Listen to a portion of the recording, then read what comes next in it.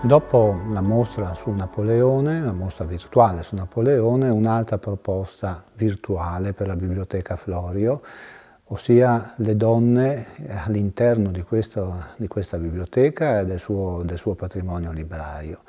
La Biblioteca Florio è una biblioteca di interesse regionale, è uno dei gioielli della biblioteca dell'Università di Udine, e la sua peculiarità è quella di raccogliere le memorie di una famiglia, la famiglia Florio, ma anche dell'intera regione Friuli-Venezia Giulia sotto il profilo culturale. Per cui uno sguardo al femminile è sembrato a tutti molto opportuno in questa direzione di approfondimento della conoscenza del passato letterario e non solo della nostra regione.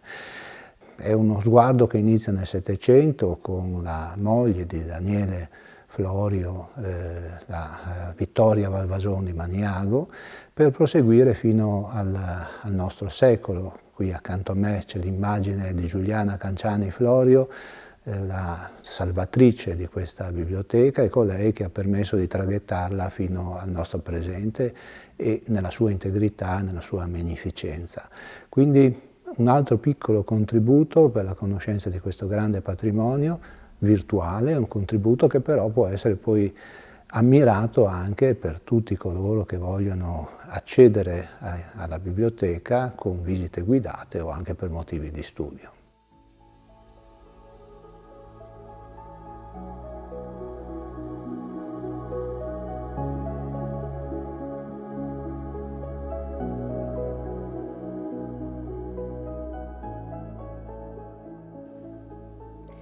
Collegata alla relazione tenuta a maggio del 2022 nell'ambito del ciclo I Florio e il Friuli, volto a far conoscere sempre meglio la nobile famiglia Florio, protagonista della vita culturale e sociale della Udine tra Settecento e Novecento, la mostra virtuale Le Signore dei Libri, figure e letture femminili tra Settecento e Novecento nella Biblioteca Florio dell'Università di Udine esplora le tracce della presenza femminile tra le raccolte della biblioteca.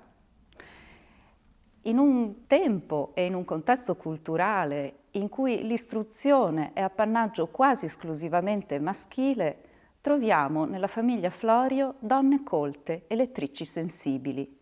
Da Vittoria Valvason di Maniago, sposa di Daniele Florio, e in qualche modo ispiratrice della biblioteca che Daniele fonda e arricchisce e stabilisce nel Palazzo Florio assieme al fratello Francesco, a Lavinia, figlia di Daniele e di Vittoria, che tra fine Settecento e inizi Ottocento, nei palazzi del marito Antonio Dragoni, dà vita a un salotto culturale molto vivace e poi via via, attraverso romanzi inglesi, letture religiose, giornali di moda parigini, fino ad arrivare a Giuliana Canciani Florio, qui rappresentata, che salva la biblioteca stessa da una quasi inevitabile dispersione, ma anche dai danni provocati al palazzo dal sisma del 1976, trasferendo il patrimonio librario alla Villa Florio di Persereano.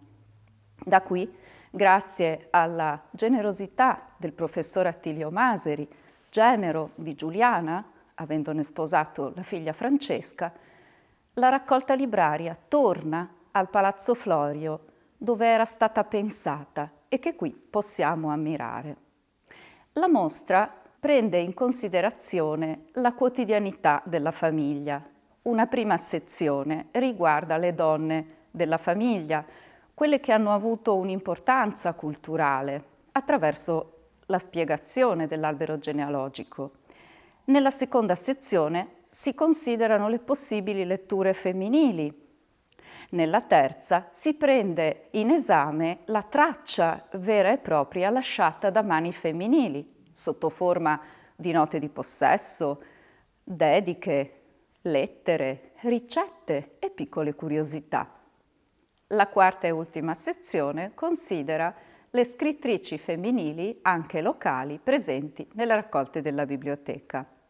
Ricordo che è possibile, scorrendo le immagini, ingrandirle e sfogliare quasi in maniera completa alcuni dei documenti presentati.